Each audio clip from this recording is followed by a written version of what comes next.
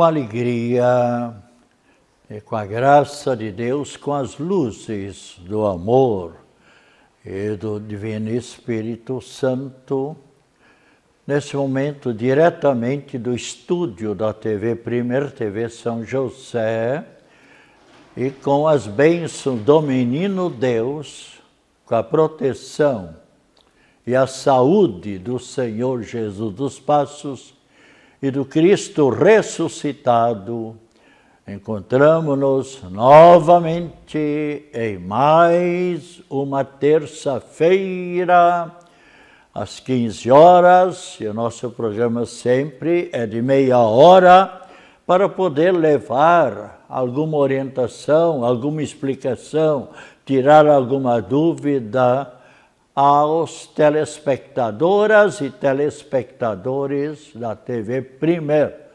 nessa mensagem de vida, otimismo e esperança na voz e na palavra do Padre Pedro José Keller.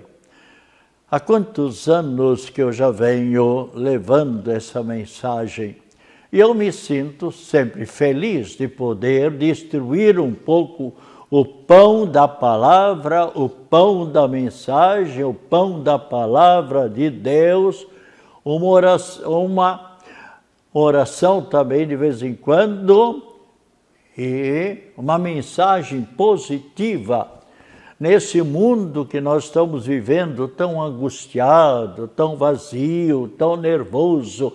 A gente percebe isso no trânsito, agora vindo mesmo aqui para o estúdio Florianópolis, especialmente a entrada para a cidade, para atingir a ponte Colombo Salles, tudo meio bastante parado. Eu contei nesse pequeno trecho, talvez de 4 minutos e meio, porque a minha pista estava livre. No máximo que eu levei 4 minutos e meio ou 5 minutos para fazer esse percurso até ali na BR-101, nada mais do que 6 ônibus de turismo que eu contei. Não os nossos diversos, mas 7 ônibus daqui da cidade, que vem trazendo passageiro para Florianópolis, mas de turismo. E se continuar assim, não sabemos o que vai acontecer conosco. Ontem, por exemplo, eu de manhã estava na rádio, meu programa às 6h30, mas depois para entrar em Florianópolis é um caro custo. É parar, é ir 1 minuto, meio minuto, parar. Mas é isso. É que todo mundo quer vir de automóvel.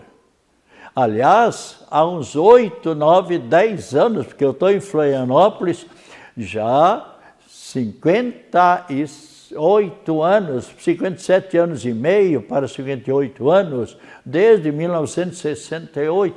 Então eu pude acompanhar esse desenvolvimento.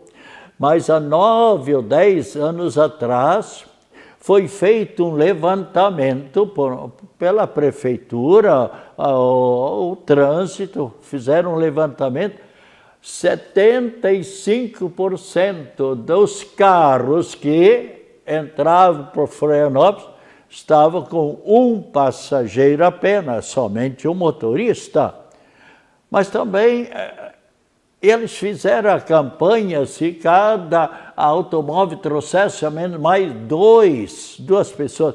Mas não é fácil. A gente tem que pensar um pouco, porque são diversos locais, diversos bairros onde as pessoas moram, e para sair dali para ir buscar aquele parente ou aquela pessoa conhecida, o trajeto não é fácil também. É muito fácil dizer, como também é muito fácil qualquer pessoa pronunciar algo, mas para realizar não é fácil também. Então, bem, mas nós estamos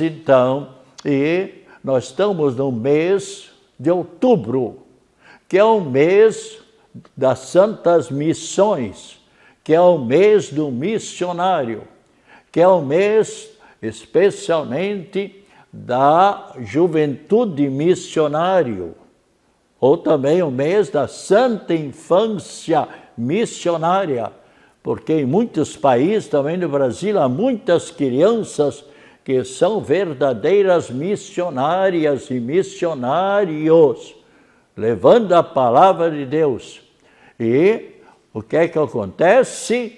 Os missionários quem são? São todos aquelas pessoas que têm interesse de colaborar, de ajudar, de incentivar, de animar pessoas necessitadas nesse imenso Brasil. E então vem a pergunta, quem pode ser missionário? Toda pessoa, um adolescente, um jovem, um casal, ou uma pessoa mesmo de idade.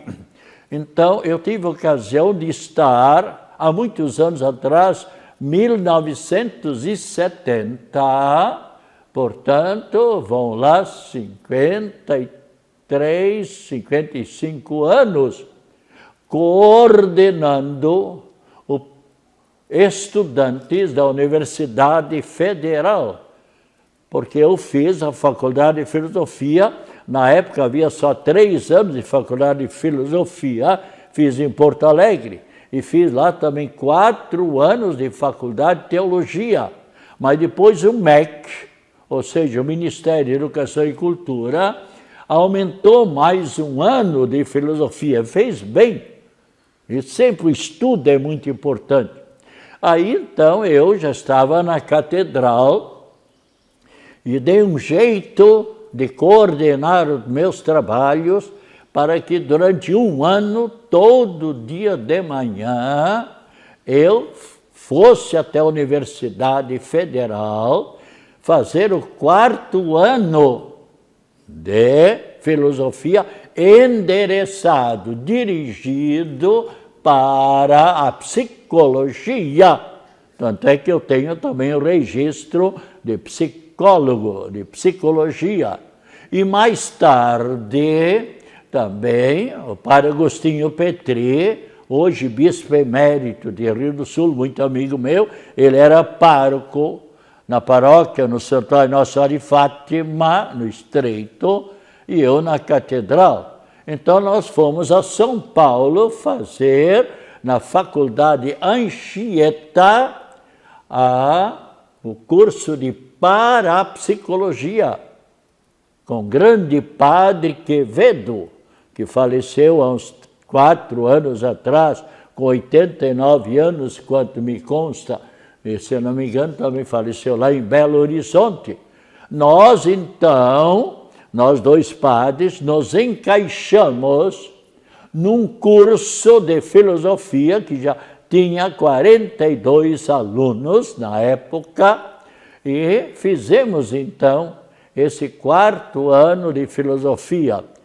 Eu estudei para ser padre 20 anos ao todo, desde o fundamental e o ensino médio, que antigamente era o clássico ou científico, depois 2 faculdades, e depois, por causa dos programas de rádio, que já são 52, 53 anos, antigamente, sempre às 18 horas, o instante da prece, às 18 horas, pela Rádio Guarujá.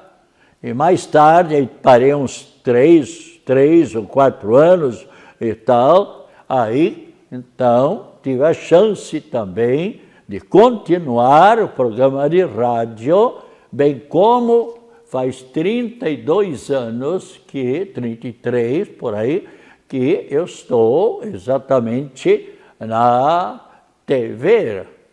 E esse programa também, e continuou de manhã, sempre às 6h30 de manhã, mensagem de vida, otimismo e esperança. E tenho que estudar. para preparar esses programas. Tenho que me atualizar. Também como padre, também me atualizo. Então alguém pode dizer, mas por que o senhor Padre Pedro ainda continua? Mas não é fácil conseguir um sacerdote que venha me substituir. Eu, em 19 de março de 1968, eu substituí ao grande, maravilhoso, inteligente e piedoso e santo padre, o padre que era vigário-geral aqui, pároco da catedral e vigário-geral. Ele pediu então para que eu o substituísse. Estou até hoje, já ofereci para diversos sacerdotes, mas cada um com seus compromissos, e não é fácil, porque é um compromisso muito sério. E os radiovintes e os telespectadores, que são vocês, no caso, nesse momento, são exigentes e fazem bem, exigem do padre, pede uma colocação digna, e sempre procuro, muitas vezes é meia-noite, meia hora da manhã, eu estou preparando programas de rádio, além de outros trabalhos, diversos trabalhos como padre, mas além disso a mídia, a comunicação social, a rádio, a televisão, porque a palavra pelo rádio, pela TV, chega onde ainda eu li. E é essa a questão. A palavra da gente, ou de qualquer radialista, de qualquer de comunicação pela TV, a palavra chega onde os nossos pés não chegam. Mas como eu estava dizendo, então, quem são missionários? São todas as pessoas que procuram levar o ensinamento, a instrução, a religião para qualquer pessoa.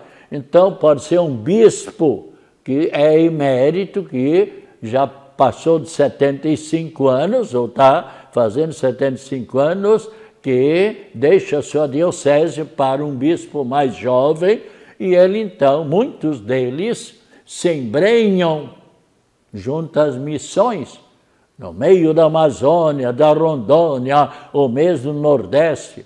Ou padres, ou diáconos, ou catequistas, ou professoras, professores, podem ser missionárias e missionários, enfermeiras, técnicas de enfermagem, agrônomos, por exemplo, para ensinar o plantio lá no meio dos índios, ou no meio dessas pessoas necessitadas, ou, por exemplo, médicos.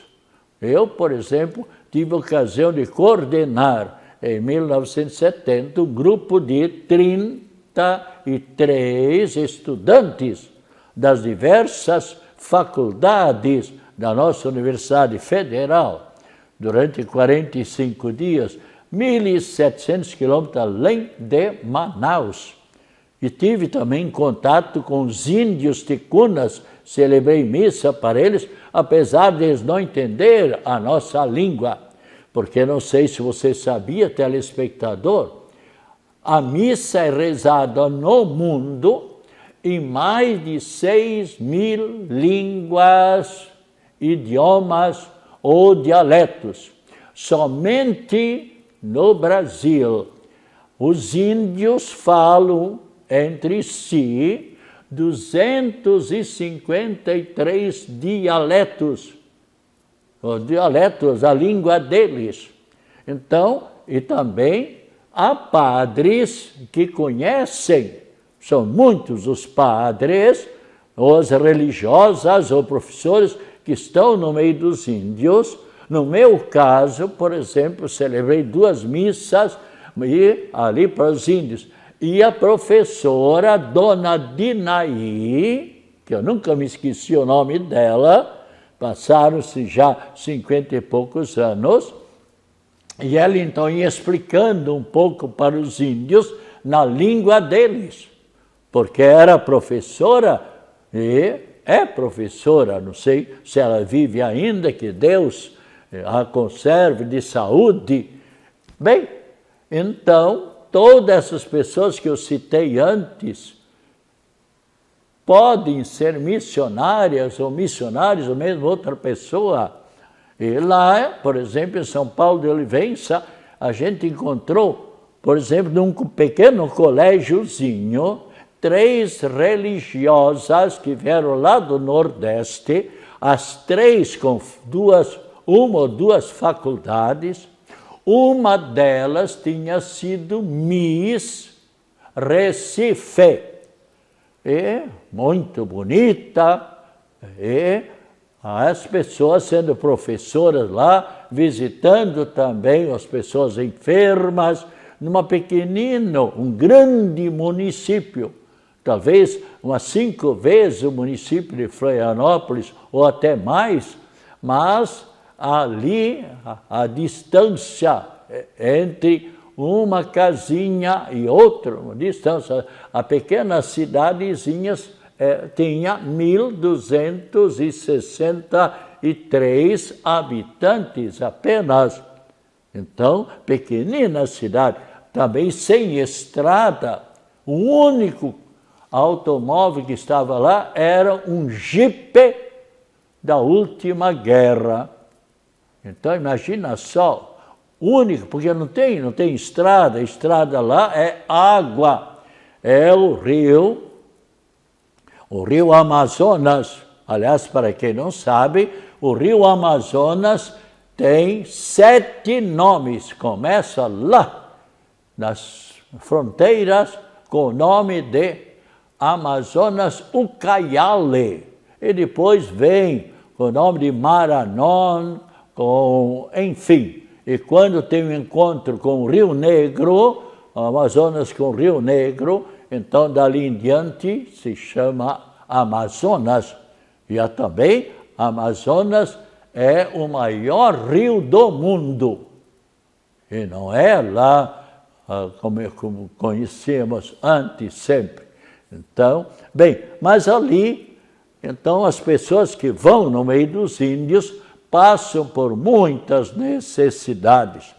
Lá encontramos também uma jovem estudante de medicina, de nome Emma Isabel.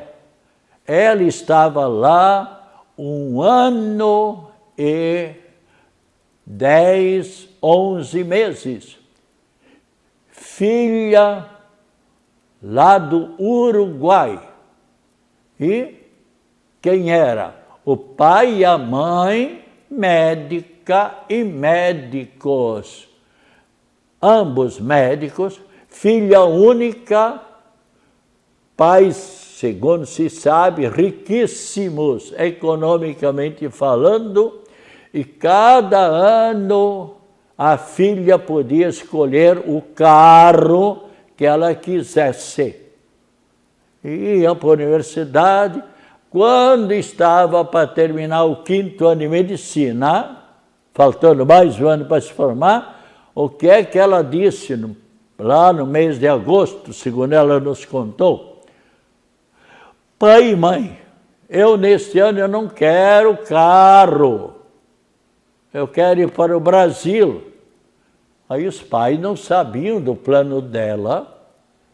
Mas o que você quer fazer? Continuar o último ano de medicina em São Paulo, Rio de Janeiro, Brasília? Não, pai, mãe, não é isso.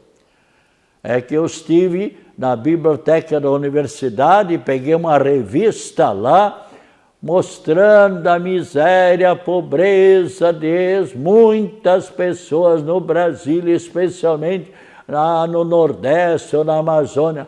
Eu vou agora me dedicar durante 1 ano, gratuitamente, em favor destas pessoas necessitadas e dos índios. E ela então estava lá, ainda faltava 1 mês para ela então retornar aos pais. Vemos que dedicação, deixar a medicina para se dedicar em favor de seus semelhantes, das necessidades Isso é realmente amar os seus semelhantes.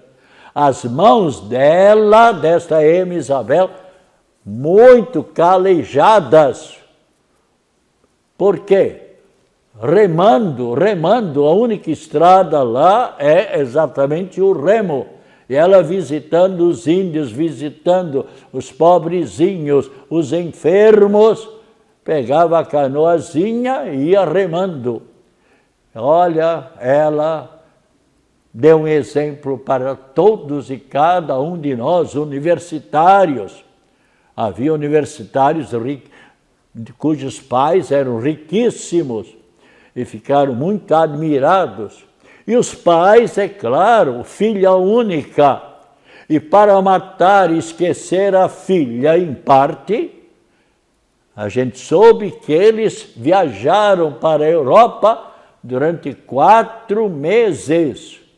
No domingo da missa da noite, 19 horas, ontem, eu perguntei, levante a mão, quem de vocês, igreja bastante cheia, quem de vocês já fez viagem pela Europa? 4 meses em seguida, ninguém levantou o dedo, porque não é fácil, é preciso ter muito dinheiro. Daí nós podemos ver que os pais, para esquecer um pouco a saudade da filha, quiseram se distrair viajando. Então nós devemos rezar muito pelos missionários e missionárias. E é Cristo Jesus quem diz claramente, orai sem cessar. Então, exatamente é o que nós podemos fazer, rezar por todos os missionários e missionárias, para que continue nesse trabalho maravilhoso de doação. Aliás, o que M. Isabel, essa estudante de medicina, faltando apenas 1 ano para se formar, ela dizia, Padre Pedro, peça ao povo do Brasil que reze pelos missionários, porque o que? Acaba a gente aqui distante dos pais, dos amigos, distantes da própria cidade. No caso dela, que era do Uruguai, é as saudades.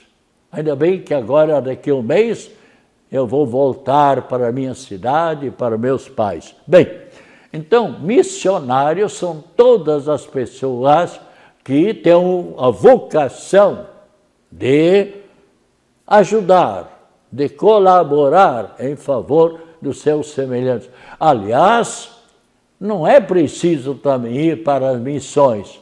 Quantas pessoas em nosso meio que nós sabemos que se doam, se sacrificam em favor dos seus semelhantes. É uma pessoa enferma que não tem um parente ou que os parentes trabalham, a pessoa está lá para ajudar, para colaborar. É também monetariamente colaborando, e, enfim. Então, aliás, segue aquilo que Cristo Jesus, antes de ascender, de subir aos céus, o que é que Jesus Cristo disse? Claramente está em Mateus, capítulo 28, versículo 17. E toda autoridade me foi dada no céu e na terra, e depois ensinai a todos os povos o que eu vos ensinei, batizando-os em nome do Pai, do Filho e do Espírito Santo. E no último versículo do capítulo 28, Cristo ainda diz, eu estarei convosco até o final dos tempos. E ainda São Marcos, capítulo 16, versículo 15, o que é que diz Cristo? Ide pelo mundo inteiro, ensinai o bem, ensinai a verdade, a justiça em favor de todas as pessoas. Leia a palavra de Deus, Mateus capítulo 28, versículo 17 e seguintes, e Marcos capítulo 16, versículos 15 e seguintes. Então você vai ver ali a palavra de Deus diretamente.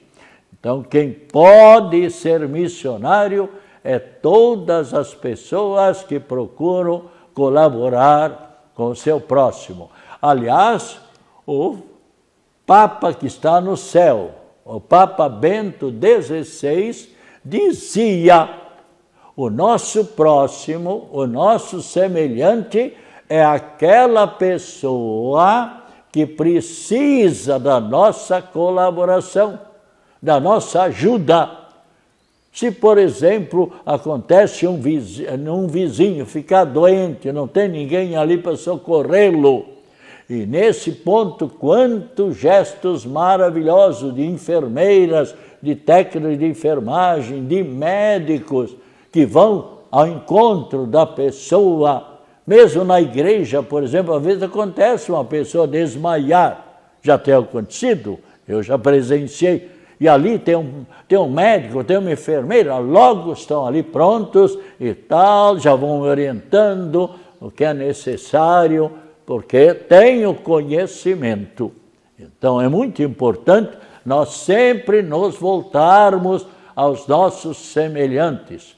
E devemos, então, nos lembrar que receberemos a nossa recompensa já aqui nesta vida, especialmente na eternidade. E os santos e santas que celebramos, estamos celebrando hoje, São João de Capistrano, São João bondoso, com coração bom, e ainda São Vero, e Santo Inácio de Antioquia, Santa Ode de Amai, e São Servadino e São Germano.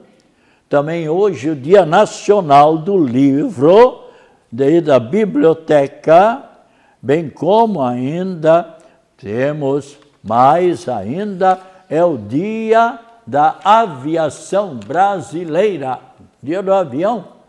Quantos de nós já tivemos a chance de viajar de avião? E também o Dia do Aviador. Podemos, e seria bom que nós rezássemos. Há muita gente que quando entra no avião, ali faz a oração para si mesmo, para que tudo dê certo, e também em favor do piloto. E eu tenho diversos sobrinho neto, também um sobrinho neto e diversos outros que são também aviadores. Então eu sei da responsabilidade. E almejando então a todos sempre, andemos pelo caminho certo, pelo caminho do bem. Assim um automóvel, pois um caminhão andando, ou mesmo um motoqueiro andando pelo caminho certo, sempre os passageiros, o motorista do ônibus, aí os passageiros vão viajando com segurança, dialogando. Mas basta o motorista de ônibus ou automóvel ficar distraído ou embriagado para ter as consequências tristes. Por isso, nós ouvimos mais de uma vez, quem bebe não deve dirigir. Porque quantas mortes, às vezes até de inocentes, um motorista embriagado se choca contra um outro automóvel, que a família vai viajando com muita alegria e, de repente, um desastre terrível, com muitos feridos e, igualmente, mortos. Desejamos a todas e todos uma tarde agradável, uma vida sempre feliz, e quem está na amizade com Deus, de modo geral, está na amizade com seus semelhantes. Saúde, alegria, paz, felicidades, acompanhado das mais ricas bênçãos da Trindade Santa e de Nossa Senhora Aparecida, Nossa Senhora da Cabeça, ou seja, o título que ela tiver. E se você ainda não adquiriu o seu calendário do Sagrado Coração de Jesus, você é convidado a passar em qualquer paróquia que, em geral, tem. A todas e todos a bênção da água, a bênção da saúde sobre todos e cada um de nós, em nome do Pai, do Filho e do Espírito Santo. Amém. Voltaremos na quinta-feira, às 15 horas, se Deus quiser.